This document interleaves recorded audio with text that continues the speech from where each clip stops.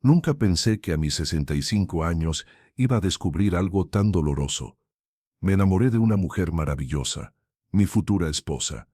Pero la noche antes de nuestra boda, descubrí que ella era mi hija desaparecida hace... Antes de contarte cómo pasó todo, dime desde qué ciudad estás escuchando esta historia. Y si quieres saber cómo terminó, suscríbete al canal. Lo que vas a oír cambió mi vida para siempre. Mi nombre es Rafael. Rafael Domínguez. Tengo 70 años ahora. Pero cuando esta historia comenzó, tenía 60. Vivo en un pueblo pequeño cerca de Oaxaca, México. Un lugar donde todos se conocen, donde el tiempo parece detenerse entre las montañas y el olor a tierra mojada después de la lluvia. Durante décadas viví solo en esta casa de adobe. Las paredes guardan recuerdos que pesan más que las piedras que las sostienen. Cada rincón me recuerda a mi esposa Lucía, que murió hace... Cada ventana me recuerda a mi pequeña Ana, mi única hija, que desapareció cuando tenía apenas 3 años. Perdí todo lo que amaba en menos de 5 años. Y después de eso, simplemente dejé de vivir. Seguí respirando, sí. Seguí trabajando en mi pequeña carpintería. Seguí despertándome cada mañana. Pero no estaba vivo. Era un fantasma caminando entre los vivos, esperando que algún día Dios tuviera piedad de mí y me llevara con ellos. Pero Dios tenía otros planes, planes que nunca jamás pude haber imaginado. Déjame contarte cómo perdí a mi niña. Necesito que entiendas el dolor que cargué durante 30 años. Un dolor que se convirtió en parte de mí como una cicatriz que nunca sana del todo. Era un sábado de marzo de 1980. Colores por todas partes, los rebozos rojos y azules, las flores amarillas, las frutas brillando bajo el sol. El ruido era ensordecedor. Vendedores gritando precios, música ranchera sonando desde alguna radio, niños corriendo entre los puestos. Lucía había ido a comprar verdura. Yo sostenía la mano de Ana. Mi pequeña Ana, con sus ojitos negros brillantes, su risa como campanitas de plata. Llevaba un vestidito blanco con flores bordadas que su mamá le había hecho. En su muñeca, una pulsera de plata con su nombre grabado. Ana, un regalo que le había dado por su tercer cumpleaños. Papá, quiero un elote, me dijo, señalando un puesto cercano. Espera aquí, mi amor. Papá va a buscarlo, le respondí. Fueron apenas 10 segundos. Tal vez 15. Me di la vuelta para pedir el elote al vendedor. Cuando regresé, Ana había desaparecido. Al principio pensé que se había escondido, jugando. Pero después de 5 minutos buscando entre los puestos, el pánico me atravesó como un cuchillo. Empecé a gritar su nombre. La gente se unió a la búsqueda. Lucía llegó corriendo, pálida con los ojos llenos de terror. Buscamos durante 3 días sin parar. La policía, los vecinos, la familia, todos. Pusimos carteles por todo el estado. Ofrecimos recompensa.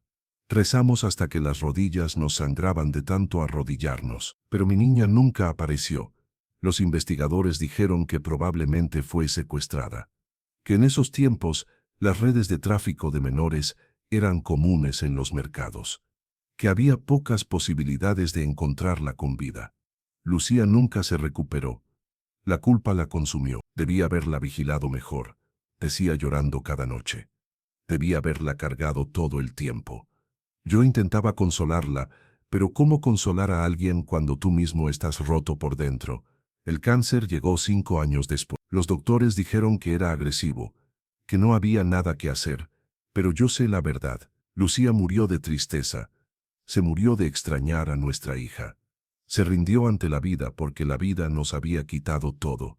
Y yo me quedé solo, con mis recuerdos, con mi culpa, con esta casa vacía que olía a ausencia. Pasé 30 años así, trabajando en silencio, comiendo en silencio, durmiendo en silencio. Los vecinos me llamaban Don Rafael el viudo. Los niños del pueblo me tenían lástima. Yo era el viejo que perdió todo. Nunca pensé que volvería a sentir algo. Nunca pensé que en mi corazón, tan seco y agrietado como la tierra en sequía, podría volver a latir con fuerza. Pero entonces, ella llegó. Su nombre era Isabel. La conocí un día de septiembre, hace 5 años. Yo tenía 25 años de diferencia, una vida entera entre nosotros.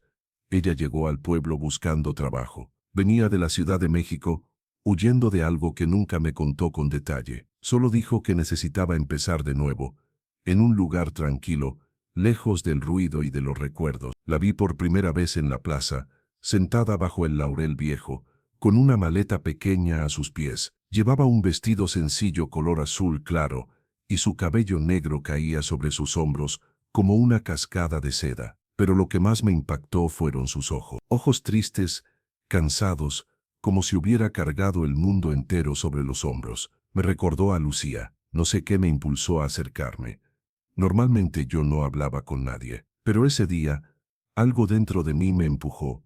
¿Está perdida, señorita?, le pregunté, quitándome el sombrero como me enseñó mi padre. Ella me miró con esos ojos enormes y sonrió. Una sonrisa triste, pero genuina. Un poco, respondió con voz suave. Busco trabajo. ¿Conoce algún lugar donde necesiten ayuda? Resulta que doña Marta, la dueña de la fonda del pueblo, necesitaba una cocinera. Le di las indicaciones y me disponía a irme cuando ella me detuvo. Gracias, señor. ¿Cómo se llama? Rafael. Don Rafael, si prefiere. Yo soy Isabel. Es un placer, don Rafael. Y ahí comenzó todo. Isabel consiguió el trabajo en la fonda. Era buena cocinera. Sus tamales se volvieron famosos en el pueblo. La gente venía desde pueblos vecinos, solo para probar sus moles y sus salsas. Pero más que su comida, lo que la gente amaba era su calidez. Siempre tenía una sonrisa, una palabra amable, un gesto de bondad.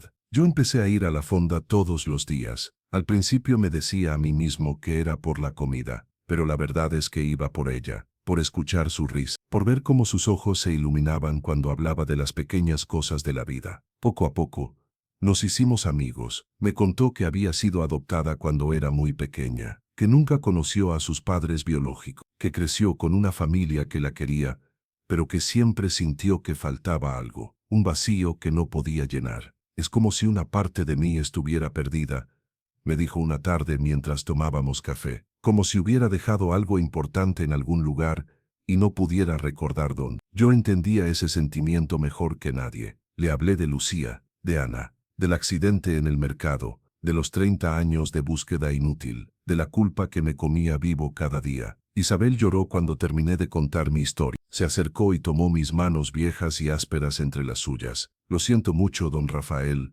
dijo con voz quebrada. No puedo imaginar ese dolor, pero quiero que sepa algo. Usted no tiene la culpa. Fue un accidente. Su hija, donde quiera que esté, sabe que usted la amaba. Esas palabras, esas simples palabras me liberaron de una carga que había llevado durante décadas. Y en ese momento, sentí algo que no había sentido en 30 años. Sentí esperanza. Los meses pasaron y nuestra amistad se convirtió en algo más profundo. Isabel venía a mi casa después del trabajo. Me ayudaba a limpiar, a cocinar, a arreglar los muebles viejos. La casa, que había estado en silencio durante tanto tiempo, se llenó de vida nuevamente. Su risa resonaba entre las paredes de adobe. Su cantar mientras cocinaba me recordaba a Lucy. Pero Isabel era diferente. Tenía su propia luz, su propia magia. Una noche, mientras veíamos el atardecer desde el patio, me di cuenta de algo aterrador. Estaba enamorándome de ella, a mis 60 años, de una mujer que podría ser mi hija, de alguien 25 años menor que yo. Me sentí como un viejo tonto. ¿Qué iba a querer ella con un hombre como yo, un carpintero viejo, con las manos callosas, con arrugas profundas en la cara, con el corazón roto hace décadas? Decidí guardar silencio. No arruinaría nuestra amistad con mis sentimientos ridículos. Pero entonces, ella habló primero. Don Rafael, me dijo una noche, su voz temblando ligeramente. Necesito decirle algo y no sé cómo. Mi corazón se aceleró. Pensé que iba a decirme que se iba del pueblo, que había encontrado otro trabajo en la ciudad, que nuestra amistad había llegado a su fin. Yo también siento algo por usted, confesó bajando la mirada. Sé que es extraño, sé que la gente dirá cosas, pero cuando estoy con usted, me siento completa, me siento en casa. Por primera vez en mi vida, siento que pertenezco a algún lugar. Las lágrimas corrieron por mis mejillas antes de que pudiera detenerlas. Lágrimas de alegría, de incredulidad De gratitud, Isabel, dije con voz ronca. Yo pensé que nunca volvería a sentir esto. Pensé que mi corazón había muerto con Lucía y con Ana. Pero tú me devolviste la vida. Esa noche nos abrazamos bajo el cielo estrellado de Oaxaca. Y sentí que Dios, después de 30 años de castigo, finalmente me estaba dando una segunda oportunidad. Nuestro romance fue la comidilla del pueblo durante semanas. Don Rafael y la forastera, decían, el viejo y la joven. Pero no nos importó. Cuando tienes 60 años y crees que tu vida ya terminó, no desperdicias el tiempo preocupándote por lo que otros piensan. Isabel se mudó a mi casa 6 meses después de empezar nuestra relación. La casa volvió a tener vida. Ella llenó cada espacio con su presencia. Puso flores en las ventanas, colgó cortinas nuevas, cocinaba canciones que no reconocía, pero que de alguna manera me resultaban familiares. Había algo en ella, algo que no podía explicar. A veces me miraba de una manera extraña, como si me reconociera de algún lugar. Otras veces, decía frases que Lucía solía decir. Cantaba canciones que yo le cantaba a Ana cuando era bebé, pero yo lo atribuía a la casualidad, a las coincidencias de la vida. Nunca imaginé la verdad que estaba por descubrir. Después de 2 años juntos, decidí pedirle matrimonio. Una noche de julio, mientras cenábamos en el patio bajo las estrellas, me arrodillé frente a ella. Mis rodillas crujieron, mi espalda protestó, pero no me importó. Isabel, dije, sacando el anillo que había pertenecido a Lucía. Sé que soy un viejo, sé que no te puedo dar lujos ni aventuras, pero te puedo dar mi corazón, lo que queda de él. ¿Te casarías conmigo? Ella se cubrió la boca con las manos, los ojos brillando con lágrimas. Sí, susurró. Sí, Rafael, 1000 veces sí. Nos abrazamos y lloramos juntos. Yo pensaba en lo afortunado que era, en cómo Dios me había dado una segunda oportunidad de ser feliz. Pensé que Dios me la había mandado para llenar el vacío de mi vida, pero estaba equivocado. Dios no me la mandó para llenar el vacío, me la mandó para revelar una verdad que cambiaría todo. Los preparativos de la boda fueron sencillos, ninguno de los dos queríamos algo grande, solo íbamos a casarnos en la pequeña iglesia del pueblo, con el padre José oficiando la ceremonia, y unos pocos amigos como testigos. Isabel estaba emocionada. Cada día llegaba con ideas nuevas. El color de las flores, el menú para la pequeña recepción, el vestido que había encontrado en una tienda de segunda mano. Yo solo quería verla feliz. Una tarde, 2 semanas antes de la boda, Isabel estaba probándose el vestido en nuestra habitación. Yo pasaba por el pasillo cuando la escuché llamarme. Rafael, ¿puedes ayudarme con el cierre? Entré a la habitación. Ella estaba de espaldas a mí, sosteniendo el vestido blanco contra su pecho. La luz del atardecer entraba por la ventana, iluminándola como si fuera un ángel. Me acerqué para ayudarla con el cierre. Mis dedos torpes lucharon con los pequeños botones, y entonces lo vi. Un lunar. En su hombro izquierdo. Un lunar pequeño, oscuro en forma de corazón. Mi sangre se congeló. Las manos me temblaron tanto que tuve que alejarme. Rafael, ¿estás bien?, preguntó Isabel girándose hacia mí con preocupación. Sí, mi amor. Solo necesito un poco de aire, mentí, saliendo de la habitación antes de que pudiera ver la palidez de mi rostro. Bajé las escaleras con el corazón golpeándome en el pecho. Me senté en el patio, las manos temblando, la respiración entrecortada. Ese lunar, la misma mansa que tenía mi pequeña Ana, mi hija que perdí hace 30 años. Ana tenía un lunar idéntico en el hombro izquierdo, en forma de corazón. Lucía solía besarlo y decir que era la marca que Dios le había puesto para que siempre la reconociéramos. Pero, no podía ser. Era una coincidencia. Miles de personas tienen lunares. Es común.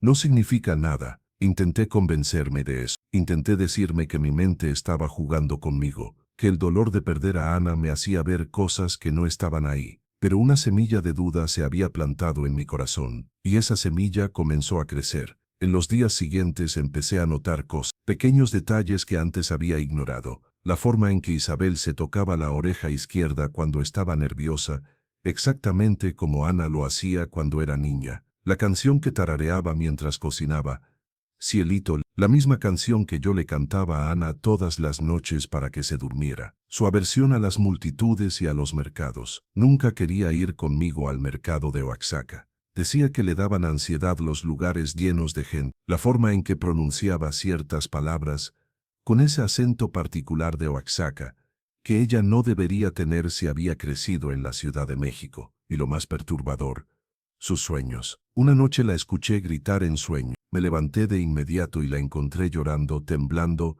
murmurando cosas incoherentes. El mercado, tanto ruido, papá, ¿dónde estás? Papá. La desperté con cuidado. Ella abrió los ojos, confundida, las mejillas mojadas por las lágrimas. Tuve una pesadilla, dijo con voz temblorosa. Estaba en un mercado, era pequeña, había tanta gente y de repente estaba sola. Buscaba a alguien pero no podía encontrarlo. Y tenía tanto miedo, Rafael, tanto miedo. Mi corazón se detuvo. ¿Tienes ese sueño seguido?, pregunté, intentando mantener la voz calmada. Desde que era niña, respondió. Siempre el mismo sueño, un mercado, mucha gente, y yo perdida. Mi mamá adoptiva decía que eran solo pesadillas, pero se sienten tan reales. No pude dormir el resto de la noche. Intenté negar lo que estaba pensando. Intenté racionalizar cada coincidencia. Pero había demasiadas similitudes, demasiadas señales. Comencé a observarla de manera diferente, a buscar más pistas. Una tarde, mientras ella estaba en el trabajo, revisé sus cosas. Sé que estuvo mal, sé que invadí su privacidad, pero necesitaba saber, necesitaba descartar esa idea loca que se había apoderado de mi mente. Encontré una caja vieja bajo su lado de la cama, una caja de madera gastada, con fotografías y documentos. La abrí con manos temblorosas. Dentro había fotos de Isabel cuando era niña, pero lo extraño era que las primeras fotos comenzaban cuando tenía alrededor de 4 o 5 años. No había fotos de bebé, no había fotos de sus primeros años. Había un documento de adopción, fechado un año después de que Ana desapareciera. La adopción se había realizado en Puebla, a 2 horas de Oaxaca. Mi respiración se aceleró. Seguí buscando. Y entonces, al fondo de la caja, envuelta en un pañuelo viejo, la encontré. Una pulsera de plata, pequeña, delicada, con un nombre grabado. Ana, 1988. La misma pulsera que yo le había regalado a mi hija por su tercer cumpleaños. La pulsera que llevaba puesta el día que desapareció en el mercado. El mundo se derrumbó a mi alrededor. Caí de rodillas, sosteniendo la pulsera con manos temblorosas. Las lágrimas corrieron sin control por mi rostro. Un sollozo profundo, gutural, escapó de mi garganta. No podía ser cierto. No podía ser. La mujer que amaba, la mujer con la que iba a casarme, la mujer que había llenado el vacío en mi vida, era mi hija, mi pequeña Ana, perdida hace 30 años. Había regresado a mí, pero no como hija, había regresado como mi futura esposa. No sé cuánto tiempo pasé ahí, arrodillado en el piso, sosteniendo esa pulsera, llorando como no había llorado en décadas. Todas las piezas encajaban ahora. El lunar, los gestos, las canciones, los sueños, la adopción, todo. Dios no me había enviado a Isabel para llenar el vacío, me había devuelto a mi hija, pero yo, ciego por el dolor y la soledad, no la había reconocido. Me había enamorado de mi propia hija. La culpa me atravesó como 1000 cuchillos. ¿Qué clase de padre era? ¿Cómo no la había reconocido? ¿Cómo había permitido que esto sucediera? Pero ella tampoco sabía. Ella no tenía idea. Había sido adoptada tan pequeña que no recordaba su vida anterior. No recordaba a Lucía. No me recordaba a mí. Éramos 2 almas perdidas que se habían encontrado, pero de la manera más cruel posible. Esa noche, cuando Isabel regresó del trabajo,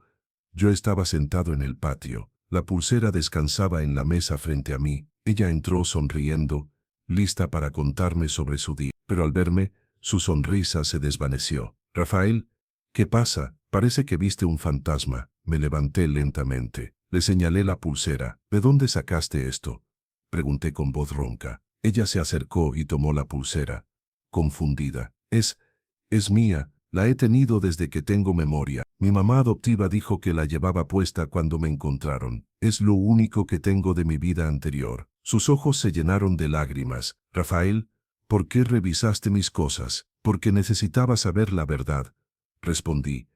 Mi voz quebrantó. Isabel, necesito que me escuches muy cuidadosamente. Necesito que me digas todo lo que sabes sobre tu adopción, la fecha, el lugar, cualquier detalle. Ella me miró asustada, pero empezó a hablar. Me contó que había sido encontrada en 1988, vagando sola en las calles de Puebla, que parecía haber estado perdida por varios días, que la llevaron a un orfanato, que una familia la adoptó oficialmente en 1900, que no tenía memoria de nada antes de los 4 años, que siempre se había preguntado quiénes eran sus padres reales. Cada palabra que decía era una confirmación más de lo que yo ya sabía. Isabel, dije finalmente, las lágrimas corriendo por mi rostro, tengo algo que mostrarte. Entré a la casa y saqué la caja donde guardaba los recuerdos de Ana, fotos, el acta de nacimiento, el reporte de la desaparición, una foto de la pulsera que le había regalado. Puse todo frente a ella. Esta es Ana, dije señalando una foto. Mi hija desapareció en el mercado de Oaxaca el 10 de marzo de 1900. Tenía 3 años. Llevaba puesta esta pulsera. Sostuve la pulsera que ella tenía en las manos. La misma pulsera que tú tienes. Isabel miró las fotos. Luego me miró a mí. Luego volvió a mirar las fotos. Su rostro se puso pálido. No, no puede ser. Tienes un lunar en forma de corazón en el hombro izquierdo. Continuó. Ana tenía el mismo lunar. Cantas cielito lindo. Yo le cantaba esa canción todas las noches. Tienes pesadillas sobre perderte en un mercado, porque eso fue exactamente lo que pasó. Ella negó con la cabeza, las lágrimas cayendo libremente ahora. No, Rafael, esto es una locura. Isabel, dije, tomando sus manos, creo que tú eres Ana, creo que eres mi hija. El silencio que siguió fue el más pesado de mi vida. Ella me miró con esos ojos enormes, llenos de confusión, dolor, incredulidad. Y entonces, algo cambió en su expresión, como si un velo se hubiera levantado, como si un recuerdo largo tiempo enterrado comenzara a emerger. El mercado, susurró, flores, había flores por todas partes, y un hombre alto. Me sostenía la mano, me compró un elote, se cubrió la boca con las manos sollozando. Dios mío, Rafael, ¿eres tú? ¿Eres el hombre de mis sueños? No pude hablar, solo la abracé mientras ambos llorábamos. Esa noche supe que algo imposible estaba a punto de revelarse, y que nuestras vidas nunca jamás volverían a ser las mismas. Descubrí que mi novia era mi hija desaparecida, hace 30 años. Parte 2. Bienvenido a la segunda parte de esta historia. Si no viste la parte 1, te recomiendo que la veas primero para entender todo. Y si llegaste hasta aquí, déjame un corazón en los comentarios. Pasamos toda esa noche abrazados, llorando. No dijimos mucho. ¿Qué se puede decir cuando tu mundo se acaba de destruir y reconstruir al mismo tiempo? Isabel, o Ana, o quien fuera ella ahora, temblaba en mis brazos.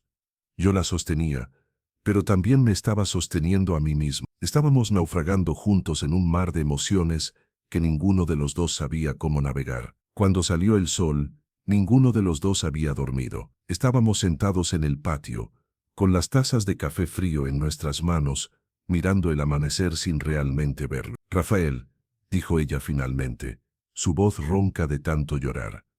¿Y si estamos equivocados? ¿Y si es solo una coincidencia? Yo quería creerlo. Dios sabe que quería creerlo. Pero en mi corazón sabía la verdad. Necesitamos estar seguros, dije. Necesitamos confirmarlo de una vez por todas. Por ti. Por mí.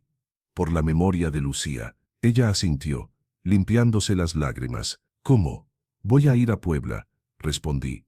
Al orfanato donde te encontraron. Voy a buscar los registros. Voy a hablar con quien sea necesario. Y voy a descubrir la verdad completa. 2 días después, tomé el autobús a Puebla. Llevaba conmigo todos los documentos de Ana, su acta de nacimiento, fotos, el reporte de desaparición, información médica. También llevaba los pocos documentos que Isabel tenía de su adopción. El viaje duró 3 horas, pero se sintió como una eternidad. Cada kilómetro me acercaba a una verdad que iba a cambiar todo, una verdad que me daba tanto miedo como esperanza. Puebla no había cambiado mucho en 30 años. Las calles empedradas, las iglesias coloniales, las montañas al fondo. Llegué al viejo orfanato de San José, el lugar donde Isabel había sido llevada después de ser encontrada. El edificio era viejo, con paredes de piedra cubiertas de musgo. Toqué la puerta con manos temblorosas. Una monja anciana abrió. Sor Carmen decía la placa en su hábito. Buenos días, hijo. ¿En qué puedo ayudarte? Hermana, mi nombre es Rafael Domínguez. Vengo buscando información sobre una niña que estuvo aquí en Milemet. Se llamaba Isabel cuando fue encontrada. Pero creo que era mi hija desaparecida. Sor Carmen me miró con ojos llenos de compasión y me invitó a pasar.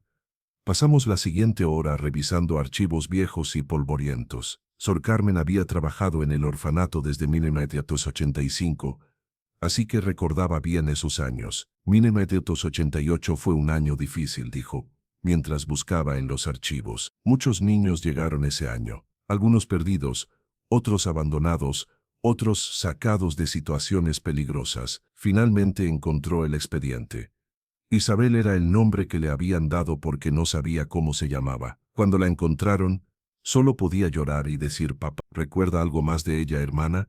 Pregunté con el corazón en la garganta. La recuerdo bien, respondió Sor Carmen con tristeza.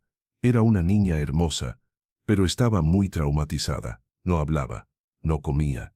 Por semanas solo lloraba en silencio. Tenía pesadillas todas las noches. Sacó una foto vieja del expediente. Era Isabel. O Ana, con aproximadamente 4 años. Delgada, con ojos enormes y asustados, sosteniendo una muñeca de trapo. Mi corazón se partió en 1000 pedazos. La policía la encontró vagando cerca del mercado principal de Puebla. Continuó Sor Carmen. Estaba sucia, hambrienta, con la ropa rota. Llevaba puesta una pulsera de plata, pero nada más que pudiera identificarla.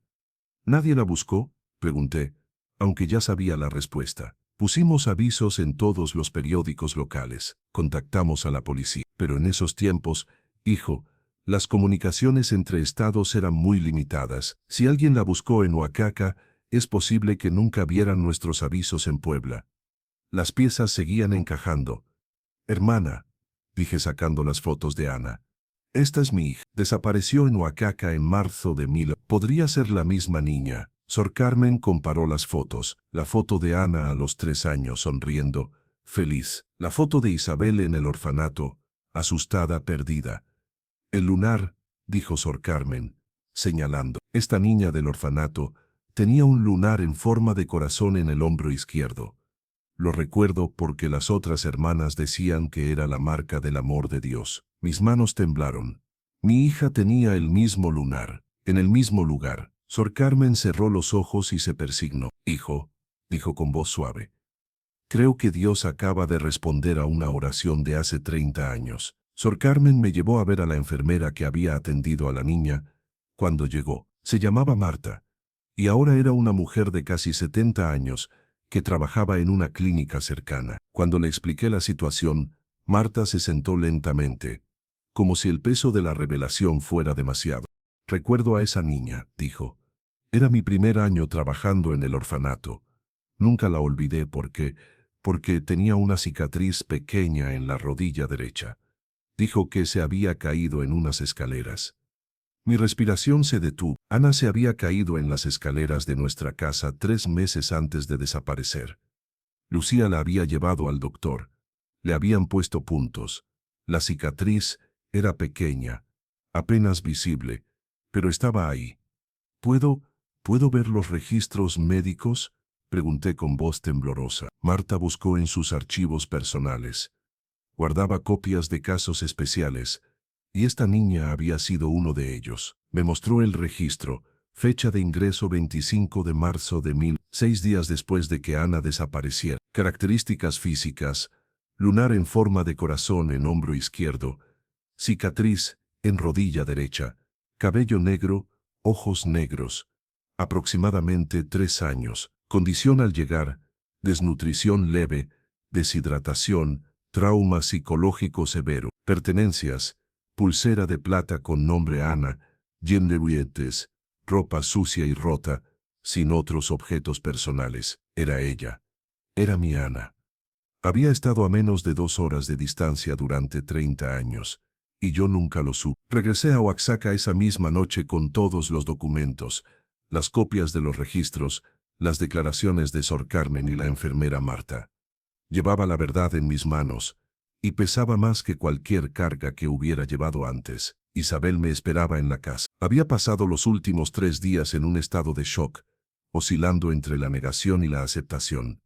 Cuando me vio entrar con los documentos, supo inmediatamente. «Es verdad, no es cierto», susurró.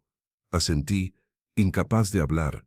Puse todos los papeles sobre la mesa. Ella los revisó con manos temblorosas, uno por uno.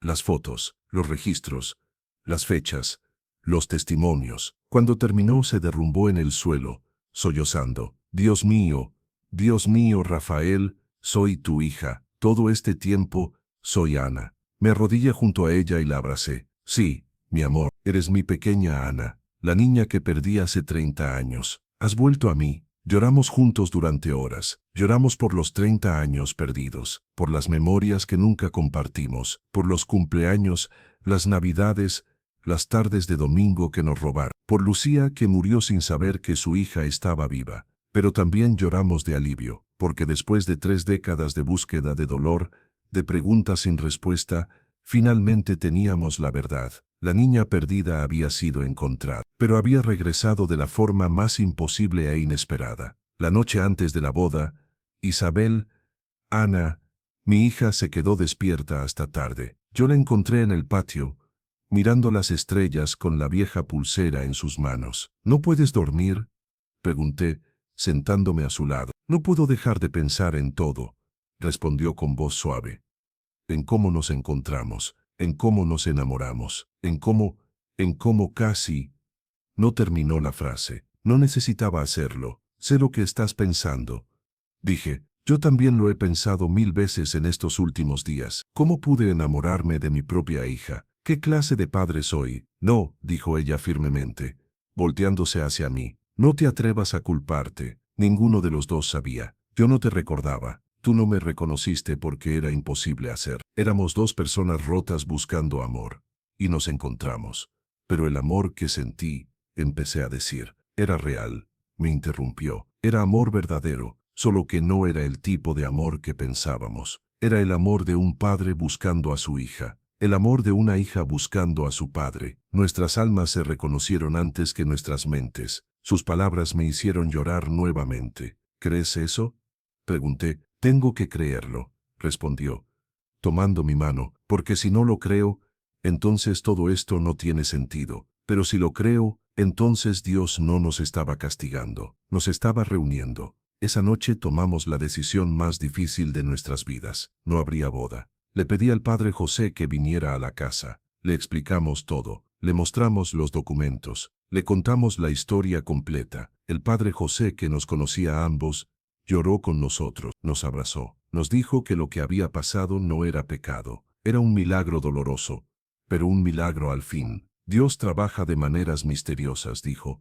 «Los ha reunido después de 30 años. Ahora deben honrar esa reunión de la manera correcta». Cancelamos la boda en silencio. No le dijimos a nadie en el pueblo la verdad real. Solo dijimos que habíamos decidido que no era el momento correcto. La gente murmuró, especuló, pero no nos importó. Teníamos cosas más importantes de las que preocuparnos. Teníamos que aprender a ser padre e hija. El proceso legal fue largo y complicado. Tuve que contratar a un abogado en la capital. Presentamos todos los documentos, los registros del orfanato, las pruebas médicas, los testimonios, las fotos. También hicimos una prueba de ADN para confirmar definitivamente lo que todos sabíamos en nuestros corazones. 3 meses después, recibimos los resultados oficiales. Probabilidad de paternidad: 99,99%. Rafael Domínguez era el padre biológico de Isabel Martínez, quien realmente se llamaba Ana Domínguez. El juez nos citó a su oficina.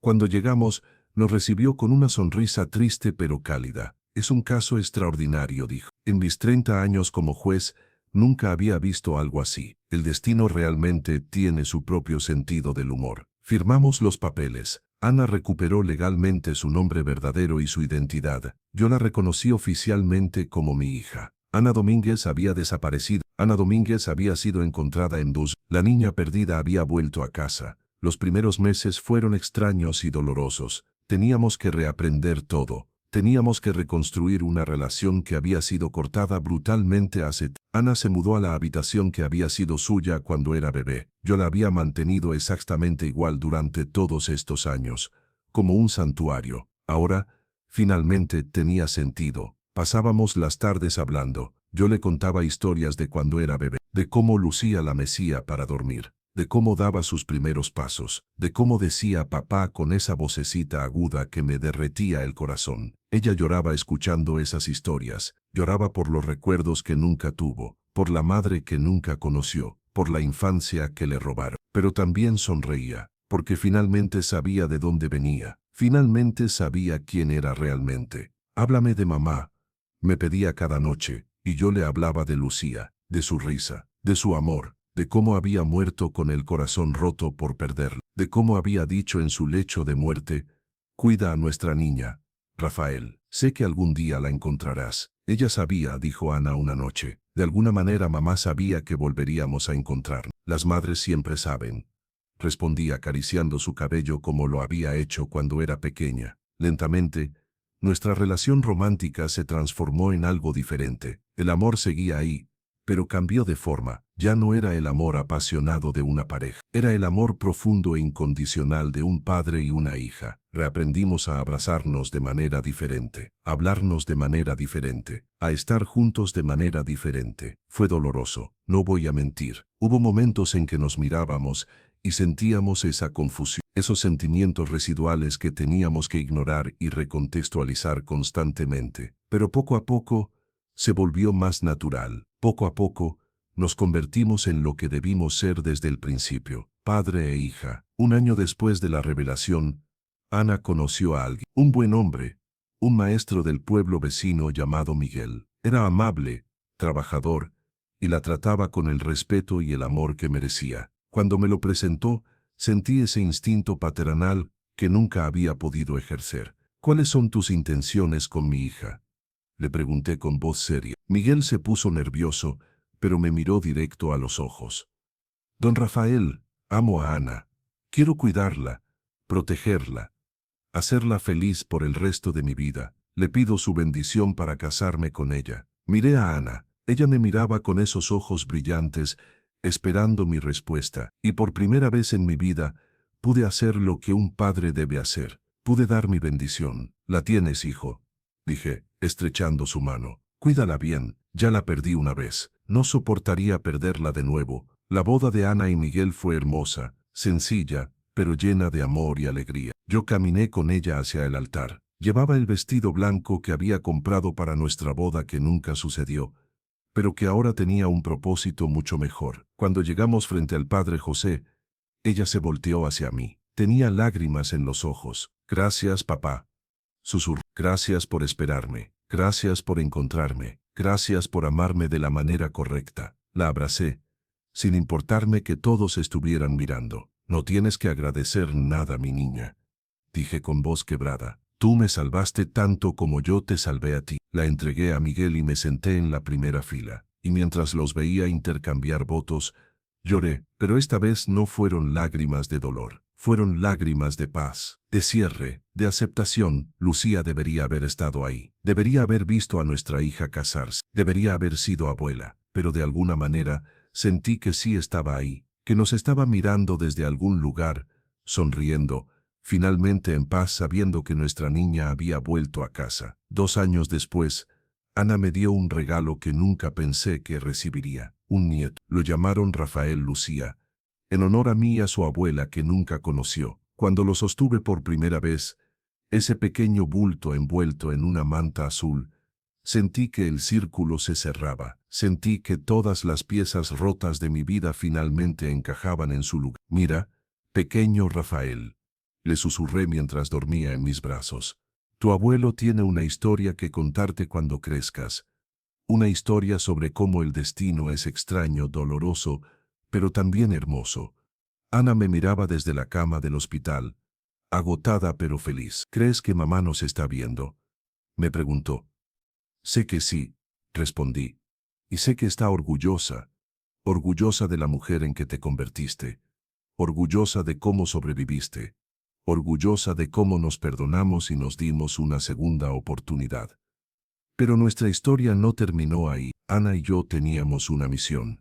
Un propósito que nació de nuestro dolor compartido. Un año después del nacimiento de mi nieto, fundamos la Fundación Ana Luz. Luz, por Lucía, por la luz que guió a Ana de vuelta a casa después de... La fundación se dedicaba a ayudar a familias separadas a reencontrarse. Trabajábamos con orfanatos, con la policía, con organizaciones internacionales. Usábamos tecnología moderna, bases de datos de ADN, reconocimiento facial, redes sociales. En los primeros 3 años, ayudamos a reunir a 47 familias, 47 niños perdidos, que encontraron el camino de regreso a casa, 47 padres que recuperaron a sus hijos. Cada reunión era un milagro, cada abrazo era una redención, cada lágrima de alegría era una victoria contra la oscuridad que separa a las familias, y en cada caso, yo veía a Ana, veía a la niña de 3 años, que se perdió en un mercado, a la niña que sobrevivió, que creció, que encontró el camino de regreso. Esto es lo que mamá hubiera querido, me dijo Ana un día mientras veíamos a otra familia reunirse. Sí, respondí. Esto es convertir nuestro dolor en propósito, nuestra tragedia en esperanza. Ahora tengo 70 años. Ya son 5 años desde que descubrí la verdad. Me siento en el mismo patio donde Isabel, donde Ana, me confesó que me amaba, donde le iba a pedir que se casara conmigo, donde descubrí que era mi hija. Pero ya no siento dolor cuando me siento aquí. Siento paz. Ana vive en una casa pequeña cerca de la mía, con Miguel y con mi nieto. Vienen a visitarme todos los días. Cenamos juntos los domingos. Celebramos cumpleaños y navidades como una familia debería hacerlo. Ella me llama papá sin dudarlo. Yo la llamo mi niña con orgullo. Nuestro pasado extraño y doloroso se ha convertido en solo eso. Pasado. El presente es hermoso. El presente es lo que importa. La gente del pueblo finalmente se enteró de la verdad. Algunos se escandalizaron, otros se compadecieron, pero la mayoría nos admiró. Don Rafael, me dijo doña Marta un día, usted y Ana tienen la historia de amor más extraña que he escuchado, pero también la más hermosa. No es una historia de amor romántico. Le corregí. Es una historia de amor verdadero. El amor de un padre, el amor que espera, el amor que perdona, el amor que transforma. A veces, en las noches tranquilas, hablo con Lucía. Sé que suena extraño para un viejo de 70 años hablar con su esposa muerta, pero lo hago. Lo logramos, mi amor, le digo a las estrellas. Encontré a nuestra niña. Está sana, está feliz. Te pareces tanto a ti que a veces me duele el corazón, y juro que puedo sentir su respuesta en el viento suave que mueve las hojas de los árboles. Lo sé, Rafael, siempre lo supe. Las almas que se aman siempre encuentran el camino de regreso. He aprendido muchas lecciones en estos 70 años de vida, pero la más importante la aprendí en los últimos 5 años. El amor no siempre llega de la forma que esperamos. A veces llega disfrazado. A veces llega de maneras tan extrañas que nos confunde, nos aterroriza, nos rompe el corazón. Pero al final, el amor verdadero siempre encuentra su forma correcta. El amor que sentí por Isabel no era pecado, no era perversión, no era algo de lo que debía avergonzarme. Era el amor de un padre que no sabía a quién amaba. Era mi alma reconociendo a mi hija antes de que mi mente pudiera entenderlo. Era el universo intentando reunirnos de la única manera que podía. Dios no nos estaba castigando, nos estaba reuniendo de la forma más extraña, pero también de la forma más perfecta. Miro la pulsera de plata que ahora está enmarcada en la pared de mi sala. Ana, 1988. La reliquia que me devolvió a mi hija. Pienso en todo lo que pasamos, en los 30 años de búsqueda, en el encuentro imposible, en el romance que nunca debió ser, en la verdad que lo cambió todo. Y no me arrepiento de nada, porque cada paso, cada error, cada momento de dolor, nos llevó exactamente a donde debíamos estar. A veces la vida te rompe para volverte a juntar en el lugar correcto. A veces perdemos lo que amamos para aprender a amarlo de la manera correcta. A veces el final feliz no es el que esperábamos, sino el que necesitábamos. Mi nombre es Rafael Domínguez. Tengo 70 años. Soy carpintero, viudo, padre y abuelo. Y esta es mi historia. La historia de cómo me enamoré de mi hija sin saber. La historia de cómo el destino nos reunió de la forma más dolorosa. Pero también la historia de cómo el amor verdadero siempre encuentra su camino. 5 años después de escribir esta historia, recibo una carta. Es de una mujer en España. Me cuenta que su hijo desapareció hace que leyó nuestra historia, que nunca había perdido la esperanza, pero que ahora la tiene renovada. Si Ana encontró el camino de regreso después de 30 años, escribe entonces mi hijo también puede hacerlo. Su historia me dio fuerzas para seguir buscando. Gracias, don Rafael. Gracias por compartir su dolor y su milagro. Leo la carta con lágrimas en los ojos. Se la muestro a Ana. ¿Ves? Me dice abrazándome. Nuestro dolor tiene propósito. Nuestra historia está ayudando a otros a no rendirse. Y en ese momento entiendo la última lección. No pasamos por estas pruebas solo para nosotros mismos. Pasamos por ellas para iluminar el camino de otros que caminan en la oscuridad. Nuestras cicatrices no son motivo de vergüenza. Son mapas para aquellos que están perdidos. Nuestras historias rotas son faros de esperanza en la tormenta. Si llegaste hasta aquí, si escuchaste toda mi historia, quiero que sepas algo. No importa cuánto tiempo haya pasado. No importa cuán imposible parezca. No importa cuánto duela. Nunca dejes de buscar lo que amas. Nunca dejes de creer en los milagros. Porque a veces, cuando todo parece perdido, cuando el dolor parece eterno, cuando la esperanza parece una ilusión, el destino te sorprende, y lo que estaba roto se vuelve a unir. Tal vez no de la manera que esperabas, pero sí de la manera que necesitaba. Diana, gracias por escuchar mi historia. Si crees que el destino une a las almas, incluso de la forma más dolorosa, si crees que el amor verdadero siempre encuentra su forma correcta, si crees que los milagros existen, aunque lleguen disfrazados de tragedias, déjame un corazón en los comentarios. Comparte esta historia con alguien que necesite esperanza. Y recuerda siempre, lo que está escrito, siempre encuentra la forma de cumplirse. Las almas que deben reunirse, siempre encuentran el camino. Y el amor verdadero, nunca muere, solo se transforma. Con amor y gratitud, don Rafael Domínguez.